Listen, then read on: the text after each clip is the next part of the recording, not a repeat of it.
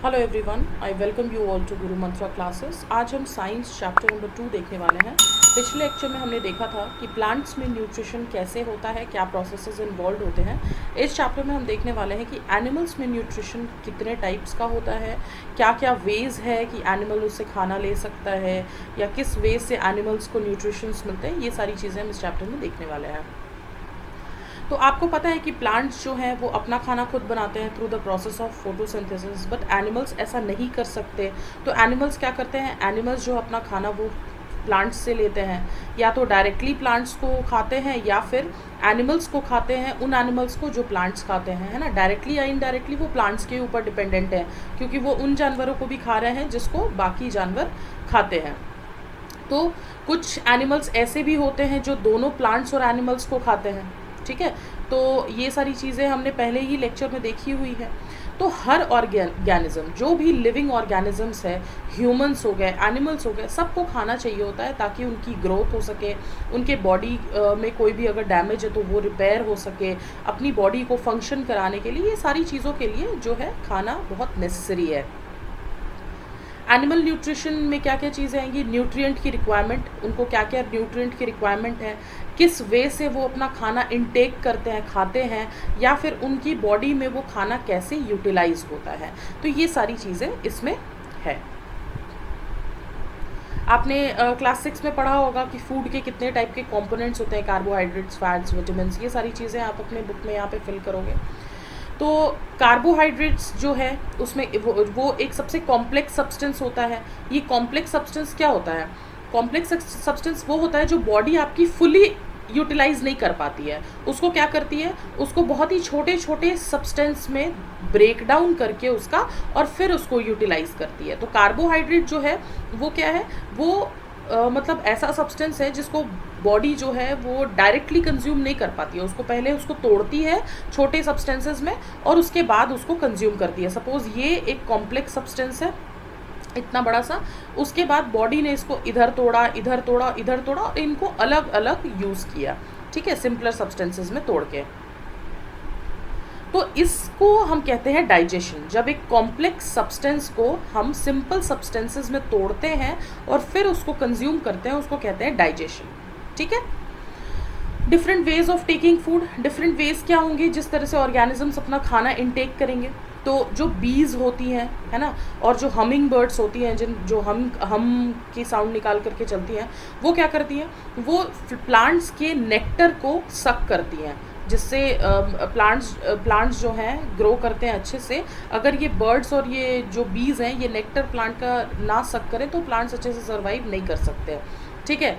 Infants हो गए, infants यानी जो बच्चे हो गए ह्यूमन बींग्स के, और बाकी जो एनिमल्स हो गए वो मदर के मिल्क के ऊपर डिपेंडेंट होते हैं। स्नेक्स, जैसे कि पाइथन का आप एग्जाम्पल ले लो, वो क्या करता है, वो जो भी खाना उसका होता है वो डायरेक्टली उसको स्वॉलो कर जाता है, निगल जाता है डायरेक्टली, है ना। कुछ एक्वेटिक एनिमल्स होते हैं जैसे फिश हो गए, ये सारी चीज़ें, ये बहुत ही छोटे छोटे फूड पार्टिकल्स को खाती हैं, फिल्टर करती हैं, ठीक है, जो भी उसके पानी में फ्लोट कर रहा है, और उसके बाद उसको खाती हैं। तो ये सारी चीज़ें, ये अलग अलग एनिमल्स अलग टाइप से फूड का इनटेक करते हैं, ठीक है। अब आपके सामने एक टेबल दी हुई है, इस टेबल को आप अच्छे से अपने बुक में सॉल्व करोगे और कमेंट सेक्शन में पोस्ट करोगे। मुझे देखना है कि आप इस चैप्टर को कितने अच्छे से समझ रहे हो। तो आपको स्नेल का बताना है, एंट का बताना है, ईगल का बताना है, हमिंग बर्ड, लाइस, मॉस्किटो, बटरफ्लाई और हाउस फ्लाई, इनके काइंड ऑफ फूड को बताना है और मोड ऑफ फीडिंग के बारे में बताना है कि ये कैसे खाना खाते हैं, ठीक है। कैसे खाएंगे ये, या तो च्यू करेंगे, या स्क्रेप करेंगे, या तो ब्रू करेंगे, कैप्चर करेंगे किसी प्रे को, स्वॉलो करेंगे, या सक करेंगे। तो ये किस टाइप से मोड ऑफ फीडिंग इनका क्या है, ठीक है। अब हम देखते हैं डाइजेशन इन ह्यूमन बींग्स, कि ह्यूमंस अपने खाने को डाइजेस्ट कैसे करते हैं। अब जो ह्यूमंस होते हैं वो खाना अपने मुंह के थ्रू लेकर के जाते हैं। आप मुंह से खाना खाते हो, फिर उसको डाइजेस्ट करते हो, और फिर आपकी बॉडी उसको यूटिलाइज करती है, ठीक है। The unused parts of the food are defecated, यानी जो खाना आपकी बॉडी ने इस्तेमाल नहीं किया वो आप डेफिकेट कर देते हो। आप बाथरूम जब जाते हो आप उसको डेफिकेट कर देते हो, ठीक है, बाहर निकल जाता है वो आपकी बॉडी से। तो ऐसा क्या होता है, क्यों होता है, ये सारी चीज़ें हम देखेंगे। तो जो फूड है वो एक कंटिन्यूस कैनाल से पास होता है। वो सारी चीज़ें हम डायग्राम के थ्रू देखेंगे। पहले आप इस थ्योरी को समझो कि फूड जो है, आपने फूड यहाँ से, सपोज ये आपका माउथ है, आपने फूड इनटेक किया और फूड एक कैनाल के थ्रू, एक पाइप के थ्रू अंदर जाता है, ठीक है। ये कहाँ पे बिगिन करता है? बकल कैविटी से। This continuous canal begins at the buccal cavity and ends at the anus. अब यहाँ पे आप पिक्चर देखो और यहाँ इसको समझते जाओ। ये देखो, ये आपका माउथ है, आपने खाना लिया, यहाँ पे एक बकल कैविटी है, ये दिख रहा है आपको, यहाँ पे एक बकल कैविटी है, इसके थ्रू इस कंटिन्यूस कैनाल में खाना जाता है, अलग अलग प्रोसेसेस से होकर के गुजरता है और फिर लास्ट जो सिस्टम है वो है आपका एनस। यहाँ पे फाइनली आपके खाने के साथ जो भी होना होता है वो एनस कर देता है, ठीक है। अब जो ये कैनल है इसके अलग अलग कंपार्टमेंट्स हैं। जो कंटिन्यूस कैनाल मैंने आपको बताया था, इसके अलग अलग कंपोनेंट्स होते हैं। सबसे पहला बकल कैविटी, जो मैंने अभी आपको पिक्चर में बताया। दूसरा फूड पाइप या ओइसोफेगस, ठीक है। अब ये देखो डायग्राम में, ये जो आपका कंटिन्यूस कैनाल है, यहाँ पे तो आपका बकल कैविटी है, ठीक है। उसके बाद आपका ये जो है ओइसोफेगस है, ये जो पाइप आपको दिख रहा है ना, और यहाँ पे बकल कैविटी मैंने आपको बताया, ठीक है, फूड पाइप। उसके बाद स्टमक, उसके बाद ठीक क्या आता है आपके? स्टमक आता है जिसमें खाना जाता है, ये रहा आपका स्टमक, ये वाला पार्ट, ठीक है। उसके बाद स्मॉल इंटेस्टाइन आएगा, ये जो आपका अंदर वाला पोर्शन है ये स्मॉल इंटेस्टाइन है, और ये बाहर वाला जो पोर्शन है इसको हम लार्ज इंटेस्टाइन कहते हैं। तो यहाँ के थ्रू भी आएगा खाना। उसके बाद फाइनली रेक्टम के थ्रू होते हुए, यहाँ पे रेक्टम है, ये देखो आपको दिया हुआ है ना, यहाँ पे रेक्टम है और यहाँ पे एनस। फाइनली रेक्टम के थ्रू होते हुए वो एनस से बाहर निकल जाएगा, ठीक है। तो ये एक बहुत ही लंबा पार्ट नहीं है, ये जो पार्ट्स हैं ये एक दूसरे से कनेक्टेड हैं। जहाँ से खाना आया, फिर फूड पाइप में गया, फिर स्टमक में गया, फिर लार्ज इंटेस्टाइन, फिर स्मॉल इंटेस्टाइन, ऐसे करके स्मॉल इंटेस्टाइन, लार्ज इंटेस्टाइन, ऐसे करके खाना जो है अलग अलग पाथ को ट्रैवल करते हुए फाइनली वो हमारे बॉडी से जो पार्ट यूज़ नहीं हुआ वो बाहर निकल जाता है, ठीक है। ये जो पूरे सारे पार्ट्स हैं ये एक साथ मिलके एलिमेंट्री कैनाल बनाते हैं। एलिमेंट्री कैनाल हम इसको बोलते हैं, इसको ही हम डाइजेस्टिव ट्रैक्ट भी कहते हैं, ठीक है। ये जो फूड कंपोनेंट्स हैं ये जो धीरे धीरे क्या होते हैं, डाइजेस्ट होते हैं और अलग अलग कंपार्टमेंट्स में जाते हैं। वहाँ अलग अलग फंक्शंस होता है, अलग फंक्शंस के बाद दूसरे कंपार्टमेंट में जाते हैं, वहाँ पे उसका अपना फंक्शन होता है, और फाइनली सारी प्रोसेस होने के बाद वो हमारी बॉडी से अनयूज्ड पार्ट बाहर हो जाता है। अब ये अलग अलग कंपार्टमेंट में जाने का रीज़न क्या है? जो हमने बड़ा सा टुकड़ा खाने का लिया, खाना खाया हमने, उसको बहुत ही छोटे छोटे सिंपलर फॉर्म्स में वो टूट करके और अलग अलग कंपार्टमेंट्स में जाता है। तो ये जो डाइजेस्टिव ट्रैक्ट है और जो बाकी एसोसिएटेड ग्लैंड्स है, यही डाइजेस्टिव सिस्टम बनाते हैं आपका। ये जो आपका डायग्राम है, ये इसमें जो पूरे कंपोनेंट्स दिए हुए हैं, जो पूरे पार्ट्स दिए हुए हैं, ये आपका पूरा डाइजेस्टिव सिस्टम बनाते हैं, ठीक है। तो हम देखते हैं कि अलग अलग पार्ट में जाने के बाद फूड के साथ क्या होता है। अब जिस माउथ से आपने खाना खाया, फिर वो बकल कैविटी के थ्रू होते हुए नीचे जाएगा। तो फूड जो है बॉडी में कैसे आया? माउथ के थ्रू आया। तो जिस प्रोसेस से हम खाने को अंदर लेते हैं, फूड माउथ के थ्रू अंदर लेते हैं, बॉडी के अंदर लेते हैं, उसको हम कहते हैं इंजेशन। क्या कहते हैं? इंजेशन। उसके बाद फिर हम उस खाने को च्यू करते हैं। अंदर दांत हैं आपके, आप दांत से उसको च्यू करते हो और छोटे छोटे टुकड़ों में तोड़ते हो, स्मॉलर पीसेस में तोड़ते हो। और जो हर दांत है आपके, हर टूथ जो है उसमें एक अलग ही सॉकेट लगा हुआ है गम्स में, ठीक है। वो जो दांत है आपके, वो आपके गम्स में चिपके हुए हैं सॉकेट के थ्रू, ठीक है। तो आपके दांत उस वजह से हिलते नहीं है इधर उधर। हर किसी के दांत अलग हो सकते हैं, अपीयरेंस में अलग अलग फंक्शंस कर सकते हैं अलग अलग दांत, है ना। तो ये सारी चीज़ें हैं। उसके बाद ये आप देखो, आप जब बच्चे होते हो, आप जब बिल्कुल छोटे होते हो, 6 to 8 ईयर्स के एज में जब आप होते हो, तो आपके दांत जो होते हैं वो मिल्क टीथ होते हैं, उसको हम दूधिया दांत या मिल्क टीथ भी कहते हैं, ठीक है। और जो बाद में टूट करके ये मिल्क टीथ जब टूट जाती है और सारे दांत नए आते हैं, उसको हम परमानेंट टीथ कहते हैं।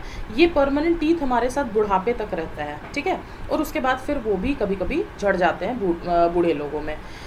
तो ये दांत का सेट है आपका। कैसे है? मोलर होते हैं, ये जो पीछे के ये जो दांत हैं ये आपके मोलर दांत हुए, ये देखिए, ये जो दिख रहा है आपको। फिर आता है प्री मोलर, ये वाले जो दांत हैं आपके, ये वाले इधर वाले, ये आपके प्री मोलर कहलाते हैं।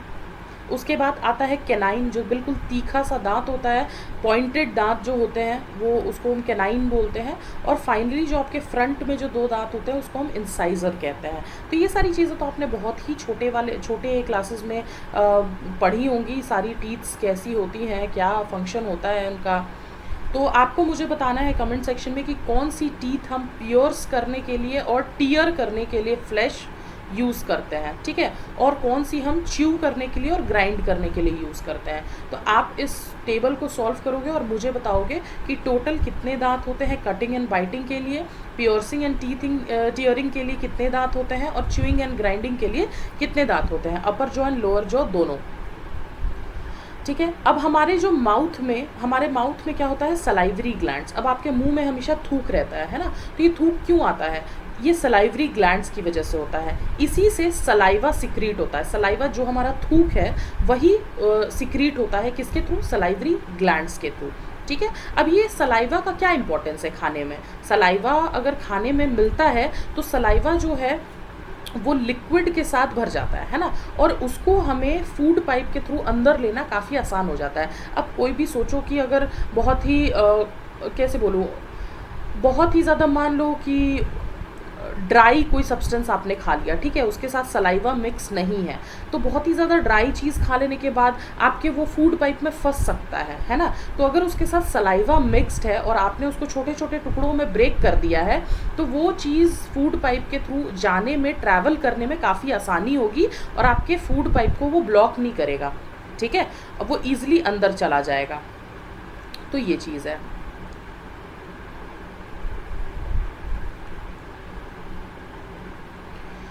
उसके बाद हम देखेंगे, ये एक छोटा सा टेस्ट दिया हुआ है कि आपको 2 टेस्ट ट्यूब लेना है, ठीक है। एक टेस्ट ट्यूब को A लेबल करना है, दूसरे को B लेबल करना है। A वाले जो टेस्ट ट्यूब है उसमें आपको बॉइल्ड राइस, जो चावल बन जाता है ना, वो डालना है, और टेस्ट ट्यूब B में 1 teaspoon full of boiled rice after chewing it for 3 to 5 minutes. तो आपको एक में तो बॉइल्ड राइस डालना है नॉर्मली, ठीक है, जो आपने मतलब बनाया और सीधे बॉइल्ड राइस 1 स्पून डाल दिया इसमें। एक को आपको बिल्कुल अच्छे से चबा करके और उसके बाद B वाले टेस्ट ट्यूब में डालना है, ठीक। उसके बाद 3 से 4 ml वाटर डालना है, दोनों टेस्ट ट्यूब में वाटर डालना है, ठीक है। उसके बाद 2 से 3 ड्रॉप आपको आयोडीन सॉल्यूशन डालना है दोनों टेस्ट ट्यूब में, और उसके बाद ऑब्जर्व करना है कि क्या होता है उसके साथ, ठीक है। तो आपको कलर में चेंज दिखेगा, ये आप एक्सपेरिमेंट परफॉर्म कर सकते हो, काफ़ी इंटरेस्टिंग होगा, ठीक है। तो ये जब आप एक्सपेरिमेंट करते हो तो आपको जो टेस्ट ट्यूब है उसमें कलर चेंज दिखेगा, ठीक है। तो ये आप एक्सपेरिमेंट मुझे कमेंट सेक्शन में बताओगे कि अगर आपने एक्सपेरिमेंट किया है तो आपको क्या रिजल्ट्स मिले हैं। काफ़ी इंटरेस्टिंग है, आप कर सकते हो। ये छोटे छोटे एक्सपेरिमेंट्स ही जो हैं वो सब्जेक्ट मैटर को इंटरेस्टिंग बनाते हैं और फिर आपको मज़ा आता है सब्जेक्ट को पढ़ने में, तो ये आप करके देखना। अब सलाइवा का काम क्या है? सलाइवा जो शुगर होता है, शुगर में जो स्टार्च होता है उसको ब्रेक करने के काम में आता है। क्या करता है? शुगर में जो शुगर आइटम्स है उसमें जो स्टार्च है उसको हमारा सलाइवा ब्रेक करता है। अब टंग का क्या काम है? अब हर चीज़ का हर पार्ट जो है हमारी बॉडी में उसका कुछ ना कुछ काम है, ठीक है। तो वो सब एक फंक्शन परफॉर्म कर रहे हैं हमारी बॉडी में। टंग क्या है? एक फ्लैशी मस्कुलर ऑर्गन है, मस्कुलर है, फ्लैशी है और कहीं पे भी मूव कर सकता है, ठीक है। हमारी बैक से वो अटैच्ड होता है, माउथ के बैक पोर्शन से वो अटैच्ड होता है, ये जो बकल कैविटी है उससे अटैच्ड होता है, और हमारा जो टंग फ्रंट में हमें दिखता है वो मूव करता हुआ दिखता है, हर डायरेक्शन में मूव कर सकता है। तो ये टंग जो है हम बात करने के लिए यूज़ करते हैं, सलाइवा को मिक्स करने के लिए यूज़ करते हैं खाने के साथ, और स्वॉलो करने के लिए यूज़ करते हैं खाने को।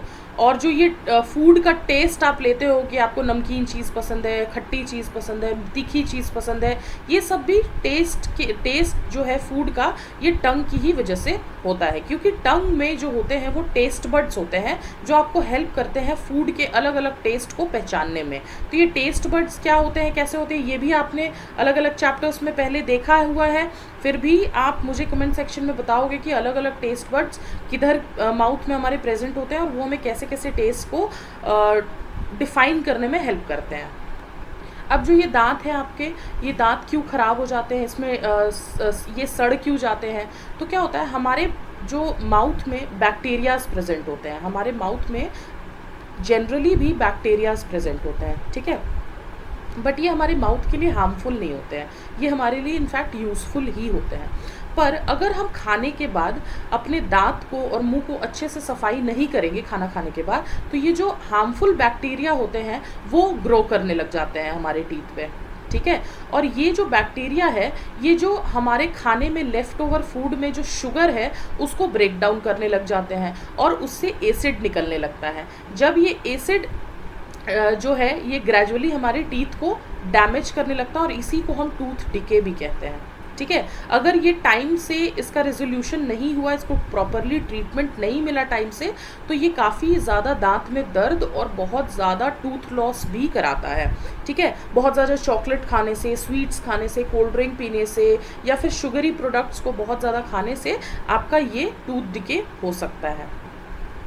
तो हमें अपने दांत जो हैं वो ब्रश से या दातून से धोने चाहिए।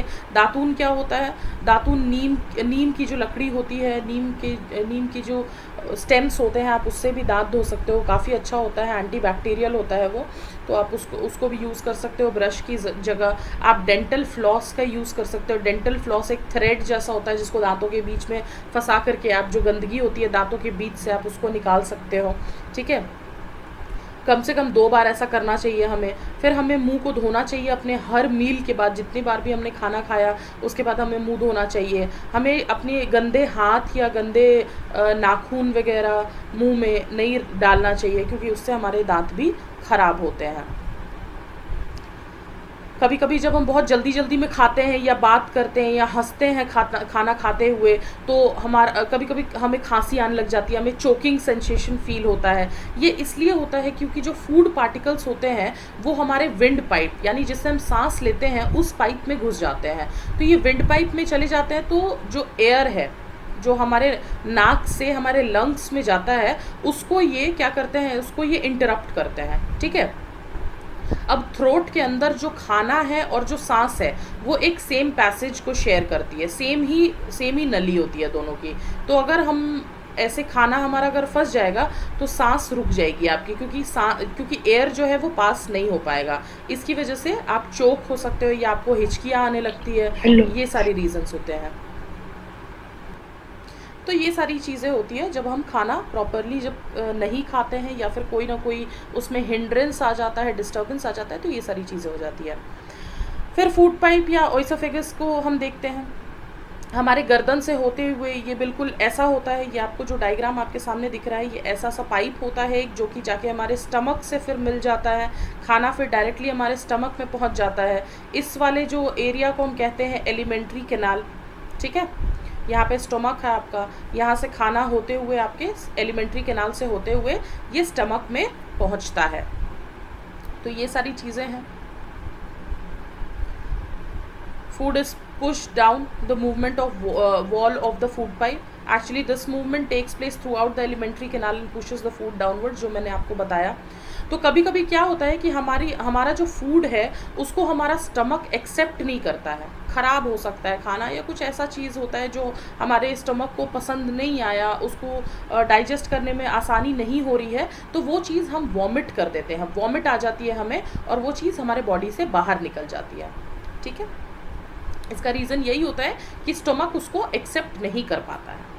ओके, अब स्टमक जो है हमारी बॉडी में वो एक थिक वॉल्ड बैग है, एक बैग की तरह है वो, और उसका जनरली ऐसे यू शेप का दिखता है हमें, ठीक है। ये एलिमेंट्री कैनाल का सबसे वाइडेस्ट पार्ट है, यानी सबसे चौड़ा पार्ट किसी का एलिमेंट्री कैनाल में है तो वो हमारा स्टमक है, ठीक है। ये खाना रिसीव करता है फूड पाइप के थ्रू और स्मॉल इंटेस्टाइन में उसको भेज देता है, और स्मॉल इंटेस्टाइन से फिर वो बाहर निकलता है अलग अलग प्रोसेसेस के थ्रू।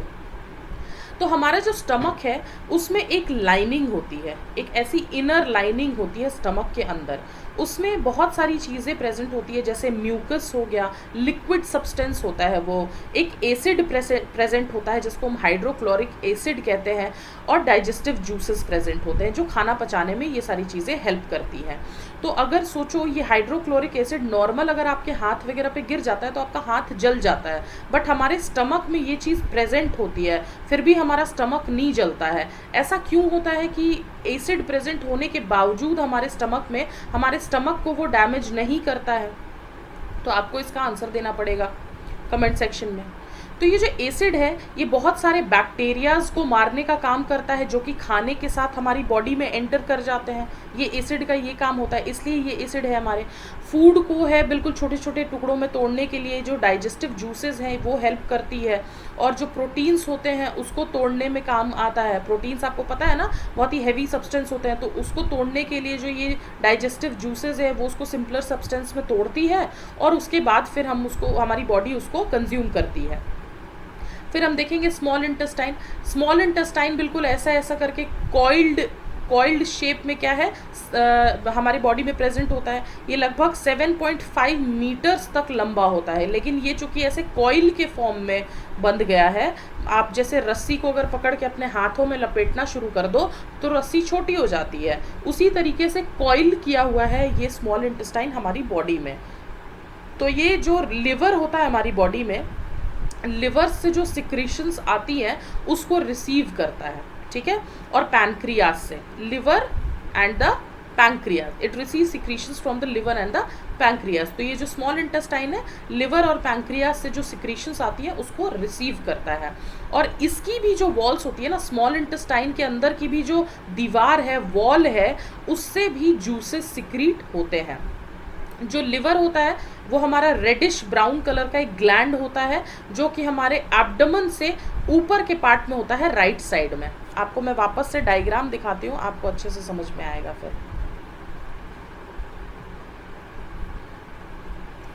काफी ऊपर चला गया है,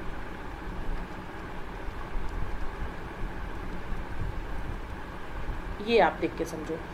तो ये जो आपका स्टमक है यहाँ पे आपका लिवर प्रेजेंट है, ये जो पोर्शन है ये आपका लिवर प्रेजेंट है, ठीक है। ये जो दिख रहा है ना आपको ऐसे कलर का, ये आपका लिवर है, ठीक है। और यहीं पे गॉल ब्लैडर भी होता है, ये ऐसा सा गॉल ब्लैडर भी होता है, ठीक है।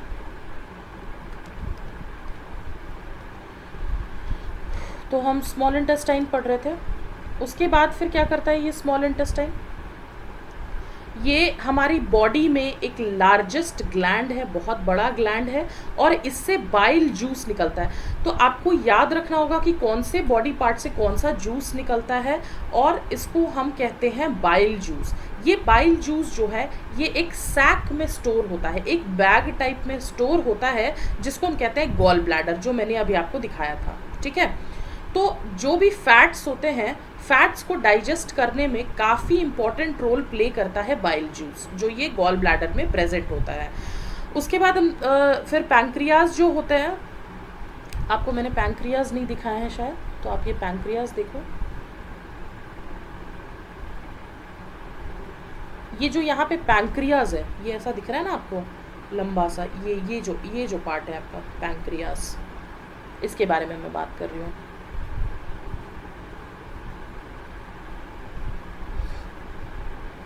तो ये जो पैंक्रियाज है ये भी एक लार्ज बड़ा सा क्रीम कलर्ड का ग्लैंड होता है जो हमारे स्टमक के जस्ट नीचे प्रेजेंट होता है, और इससे पैंक्रियाटिक जूस निकलती है जो कि कार्बोहाइड्रेट और प्रोटीन को सिंपल फॉर्म में ब्रेक करती है। तो आपको याद रखना है कौन सी बॉडी पार्ट कौन सी न्यूट्रिएंट को ब्रेक करने में काम आ रही है। तो यहाँ पे जो बाइल जूस था वो फैट्स को डाइजेस्ट करने में हेल्प करता है। कहाँ पे होता है ये बाइल जूस? गॉल ब्लैडर में होता है, ठीक है। और ये गॉल ब्लैडर कहाँ होता है? लिवर के जस्ट थोड़ा सा नीचे, ठीक है। उसके पैंक्रियाटिक जूस का क्या काम है, किसको तोड़ता है ये सारी चीज़ें आपको ध्यान में रखनी है। उसके बाद फिर ये स्मॉल इंटेस्टाइन से लोअर पार्ट में चला जाता है और यहाँ पे इंटेस्टाइनल जूस होती है जो कि डाइजेशन को कंप्लीट करती है और जितने भी इंपॉर्टेंट कंपोनेंट्स है फूड के वो ले लेती है।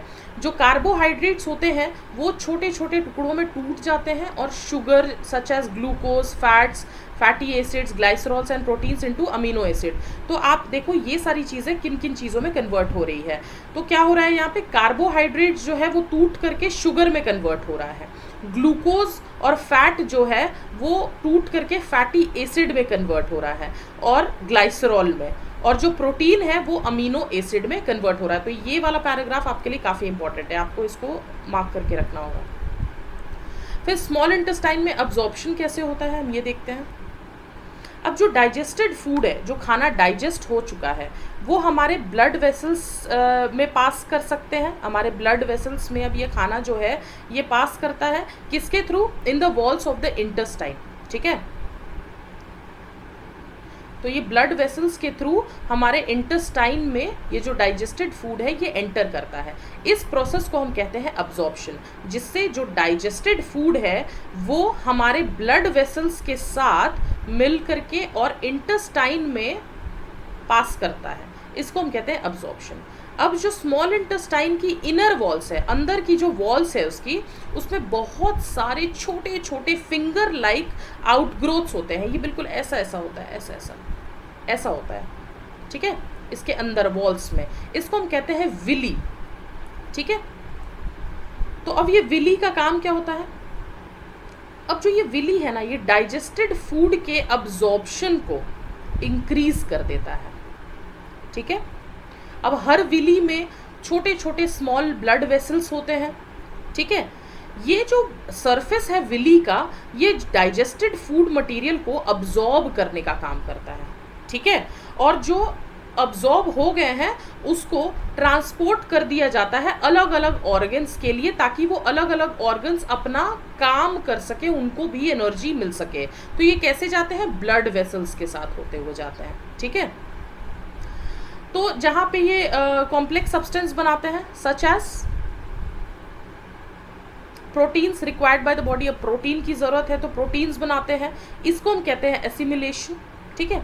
सेल्स में ग्लूकोज जो है वो ब्रेक डाउन होता है किसके हेल्प से? ऑक्सीजन की हेल्प से। सेल्स में जो ग्लूकोज है वो ऑक्सीजन की हेल्प से ब्रेक डाउन होता है into carbon dioxide and water, ठीक है।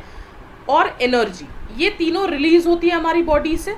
तो जो फूड हमारी बॉडी में अनडाइजेस्टेड रह जाता है और अनअब्जॉर्ब्ड रह जाता है वो फिर लार्ज इंटेस्टाइन में एंटर कर जाता है, ठीक है।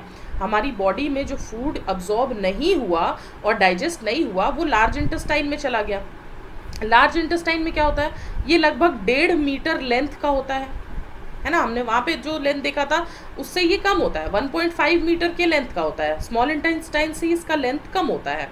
इसका काम क्या है? जो वाटर और जो सॉल्ट है, अनडाइजेस्टेड फूड में जो वाटर और सॉल्ट प्रेजेंट है उसको क्या करता है? ये अब्जॉर्ब करता है। और जो रिमेनिंग वेस्ट रह गया, जो बाकी वेस्ट रह गया, वो रेक्टम के थ्रू होता हुआ वो कहाँ चला जाता है? वो एनस के पास चला जाता है और वहाँ से वो रिमूव हो जाता है हमारी बॉडी में, ठीक है। इसको हम कहते हैं एजेशन। ये टर्म्स काफ़ी इंपॉर्टेंट है आपके लिए, ये आपको याद रखना होगा। आप 2 बार 3 बार इस चैप्टर को पढ़ो, आपको ये टर्म्स याद हो जाएंगे। तो ये प्रोसेस है जिससे कि जो फीकल मैटर है ये आपके एनस से रिमूव होता रहता है टाइम टू टाइम। आप बाथरूम जाते हो टाइम टू टाइम, इसी को एजेशन कहते हैं, ठीक है।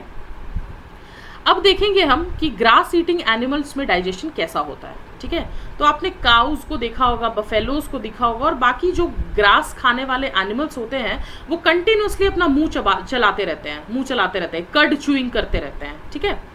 तो एक्चुअली वो करते क्या है कि जब वो घास खाते हैं ना, तो वो घास को फटाफट से ना स्वॉलो कर लेते हैं। हम लोग क्या करते हैं, हम लोग दांत से चबाते हैं, फिर उसको फूड पाइप के थ्रू अंदर लेते हैं बॉडी के, बट इनमें ऐसा नहीं होता। ये घास खाते जाते हैं, खाते जाते हैं, खाते जाते हैं और उनको अंदर लेते जाते हैं बिल्कुल।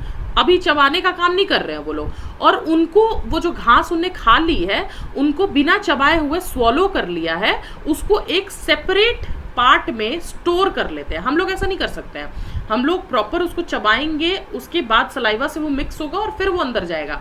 लेकिन ये क्या करते हैं, इसको फटाफट से खा लिया, स्वॉलो कर लिया, और एक पेट में इनकी एक अलग सी जगह होती है जिसको हम कहते हैं रूमन, रूमन में इसको जाके स्टोर कर देते हैं। ठीक है, यहाँ जो फूड है ये क्या होता है, ये पार्शली डाइजेस्टेड होता है और उसको कहते हैं कड। अब पेट में तो आपको पता है ना डाइजेस्टिव जूसेस हैं, तो उसके साथ मिल करके ये थोड़ा थोड़ा डाइजेस्ट हो जाता है पेट में ही, उसको हम कहते हैं कड।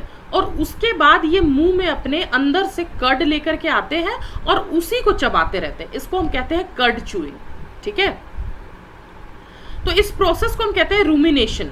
इन्होंने क्या किया, घास खाया, उसको पेट के एक अलग ही पार्ट में स्टोर कर लिया, पेट में डाइजेस्टिव जूसेस से वो मिल के थोड़ा सा डाइजेस्ट हो गया, डाइजेस्ट जब हो गया तो उसको हम कहेंगे कड, और इसी प्रोसेस को हम कहेंगे रूमिनेशन, कड चूइंग जब एनिमल्स करते हैं। और इन एनिमल्स को जो ये ऐसा काम करते हैं, कड चूइंग करते हैं, इनको हम रूमिनेंट्स बोलते हैं। प्रोसेस को रूमिनेशन कहते हैं और एनिमल्स को रूमिनेंट्स कहते हैं।